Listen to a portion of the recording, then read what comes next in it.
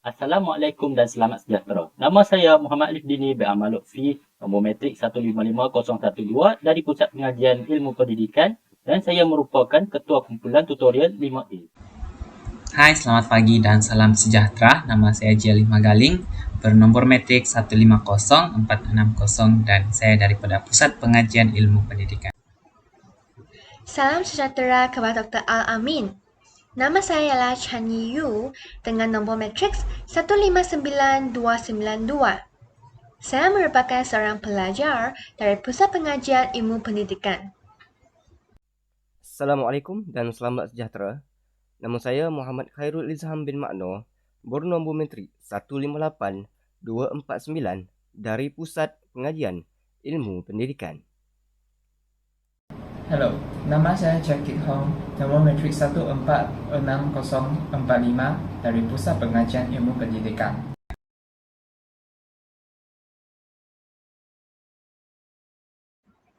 Tidak dapat dinafikan bahawa dunia kini telah berubah. Penggunaan ICT telah berkembang saban tahun sehingga menjadi trend kehidupan masyarakat Malaysia pada hari ini. Kewujudan pelbagai bentuk kemudahan ICT telah membawa pelbagai manfaat dan kebaikan kepada manusia. Sebagai contohnya, papan hitam digital, tablet, meja interaktif dan buku digital telah menjadi wadah penyebaran maklumat dan perhubungan yang penting dalam kehidupan seharian kita. Bukan itu sahaja, ICT juga berperanan dalam pembangunan peradaban moden dengan menyediakan peluang pekerjaan, memberikan lebih akses kepada ilmu dan hiburan serta menyalurkan berita. Namun demikian, pada masa yang sama, ICT juga boleh menjadi medan bagi menggalakkan pembalahan, kebencian, fitnah dan juga pengganasan. Situasi ini dapat dibuktikan di mana kumpulan pengganas seperti Al-Qaeda telah mempergunakan kemudahan ICT untuk penyebaran ideologi dan propaganda komunis. Secara tidak langsung, terdapat ramai anggota masyarakat yang telah terperangkap dalam budaya menghasut, memfitnah serta menyebarkan kebencian dalam penggunaan ICT. Natijanya, situasi ini telah menjejaskan hubungan rapat dan harmoni sesama manusia. Secara tuntasnya, kita dapat lihat betapa pentingnya kita menghayati panduan agama yang menganjurkan adab dan etika ketika berinteraksi sesama satu sama lain dalam penggunaan ICT.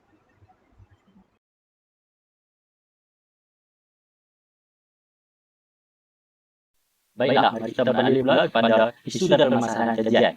Etika dan adab merupakan dua tunjang utama dalam perkembangan sebuah tamadun, termasuklah dalam dunia abad ke-21. Namun begitu, masalah etika dan adab dalam penggunaan ICT telah menimbulkan beberapa persoalan seperti faktor-faktor berlakunya isu tersebut dan langkah yang boleh diambil. Punca pertama berlakunya masalah etika ini adalah undang-undang mengenai privasi dan keselamatan data tidak cukup ketat. Teknologi ICT sedang berkembang pesat setiap hari, manakala proses penguatkuasaan undang-undang mengenai teknologi ICT pula mengambil masa yang lebih lama. Ini bermakna terdapat banyak kawasan dan aspek yang tidak dilindungi oleh undang-undang yang boleh dieksploit dan dimanipulasi oleh pengguna ICT serta korporasi dan syarikat besar. Faktor kedua pula ialah perisian keselamatan yang kurang berjaya melindungi harta internet digital. Sebaliknya, terdapat banyak perisian yang boleh membawa kepada hak milik seperti filem, muzik dan aplikasi digunakan secara haram serta terdedah juga terhadap ancaman godam. Selain itu, isu adab dalam ICT berlaku akibat kekurangan didikan moral serta didikan mengenai kawalan diri juga. Apabila hal ini berlaku, komunikasi dalam talian akan hilang kawalan dan membawa kepada kes seperti fitnah dan juga bully cyber.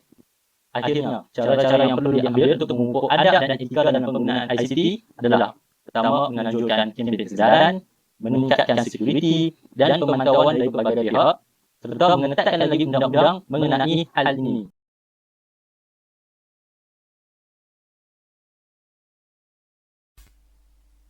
Seterusnya, saya akan membentangkan objektif-objektif kajian ini dijalankan. Terdapat 3 objektif utama kajian ini dijalankan, iaitu yang pertama, pada umumnya kajian ini bertujuan untuk mengkaji etika dan adab dalam penggunaan kemudahan ICT dalam kehidupan masyarakat. Hal ini dapat membantu kami untuk memahami etika, adab dan garis panduan penggunaan kemudahan ICT secara amnya. Selain itu, objektif yang kedua kajian ini dijalankan ialah bagi menyatakan peranan ICT dalam pembinaan peradaban moden. Hal ini akan membantu kami untuk mendalami peranan serta kepentingan kemudahan ICT dalam pembinaan masyarakat dan peradaban era moden. Dan yang terakhir sekali, objektif kajian yang ketiga iaitu untuk mengenal pasti kaedah untuk memupuk adab dan etika dalam penggunaan ICT.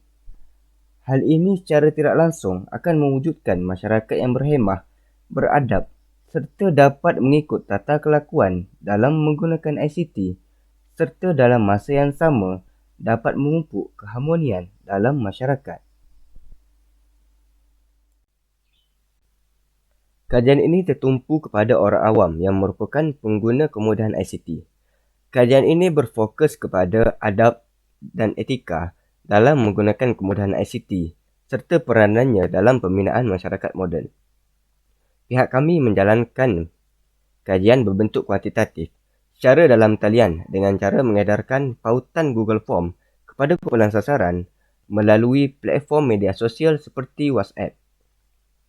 Pengumpulan data tertumpu kepada orang awam sebagai responden mengenai isu masalah kekurangan etika dan adab dalam penggunaan ICT seperti pelanggaran hak, pencabulan privasi dan isu adab penggunaan ICT.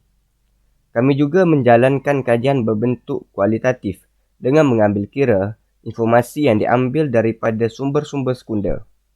Kami berharap agar kajian ini dapat memperlihatkan adab dan etika dalam penggunaan ICT berdasarkan aspek penting berkaitan adab dan etika penggunaan ICT serta kognitif responden.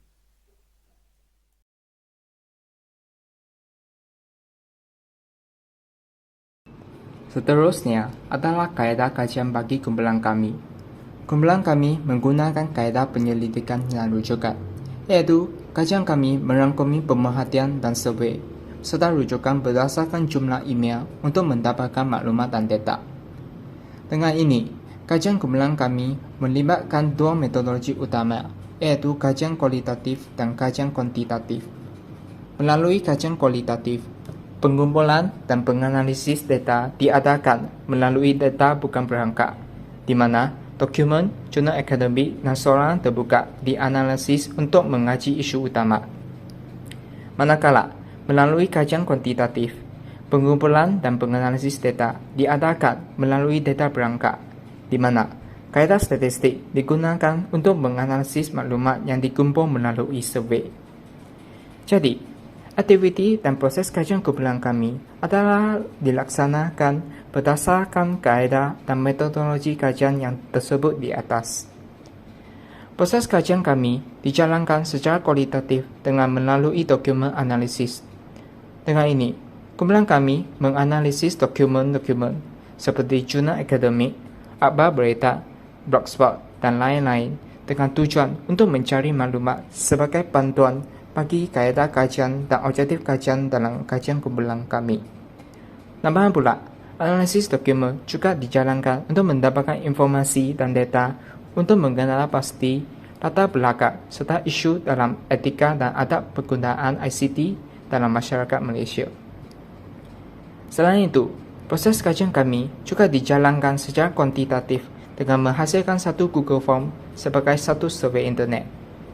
Google Form ini merangkumi satu set soalan selidik sama ada soalan terbuka ataupun soalan aneka pilihan bagi mendapatkan data primer dalam isu ini.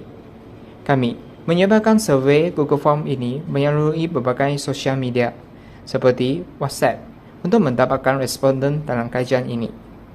Selepas itu, data-data tersebut akan dikumpul dan dianalisis secara statistik seperti dalam bentuk graf bagi mengenal pasti maklumat yang lebih terlanjut dalam isu ini.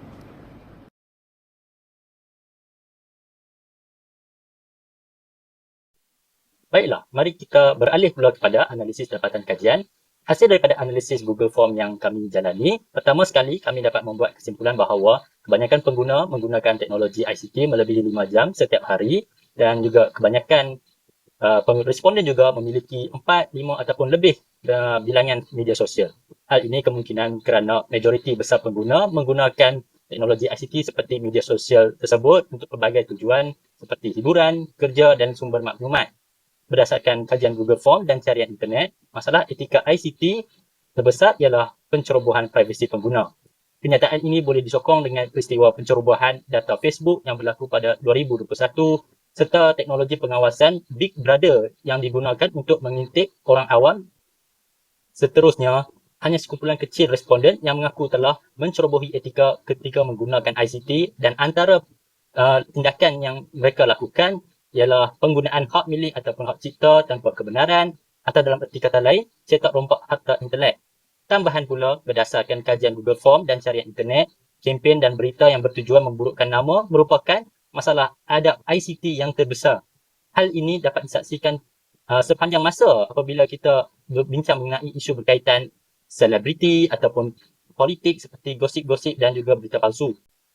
Bully cyber juga merupakan satu masalah adab ICT yang agak berluasa, terutama dalam media sosial seperti Instagram dan Twitter di mana pengguna boleh menjadi target untuk ejekan dan juga remehan kerana penampilan dan pendapat mereka. Akhirnya, kebanyakan responden berpendapat bahawa tindakan individu itu sendiri seperti kawalan diri merupakan langkah yang perlu diambil untuk memupuk adab dalam penggunaan ICT, manakala campur tangan pihak ketiga seperti pelaksanaan undang-undang, kempen kesedaran dan peningkatan keselamatan sebagai langkah yang sesuai untuk menangani masalah etika dalam penggunaan ICT.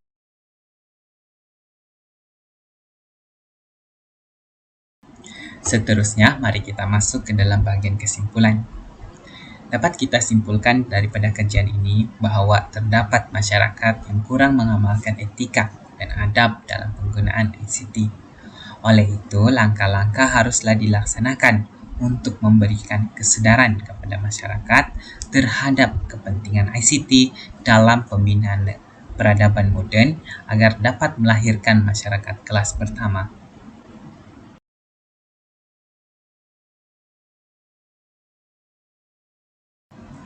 Oke, seterusnya saya akan mewakili kumpulan kami untuk membentangkan tentang refleksi diri.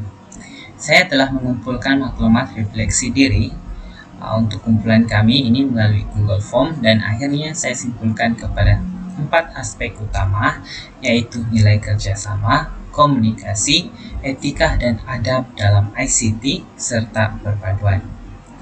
Melalui kajian ini, kami telah memberikan kerjasama yang baik kepada ketua kumpulan kami, yaitu kepada Alif Dini serta kepada sesama kami. Perkara ini membuatkan kami sedar bahawa nilai kerjasama sangat penting dalam sesebuah kumpulan untuk mencapai sebarang matlamat. Selain itu, kami juga belajar bahawa komunikasi dengan sopan sangat penting dalam sebuah kumpulan. Kumpulan kami dapat menjalankan kajian ini kerana adanya persekitaran yang baik akibat daripada komunikasi antara ahli kumpulan yang sopan. Oleh itu, marilah kita sentiasa menjaga tutur kata kita dalam percakapan seharian. Selain itu, kami telah mempelajari banyak perkara berkaitan dengan etika dan adab khasnya dalam penggunaan ICT. Melalui kajian ini, kami telah mendapat kesedaran bahawa kami juga pernah melanggar etika dan adab dalam ICT. Sebagai contoh, mengongsikan berita yang tidak diketahui kebenarannya. Oleh itu, marilah kita berpikir sebelum bertindak untuk menghantar pesanan atau mengongsikan berita yang tidak diketahui kebenarannya. Akhir sekali, kami telah berjaya mewujudkan satu perpaduan yang seharusnya ada dalam masyarakat kita yang berbilang kaum, bangsa dan agama.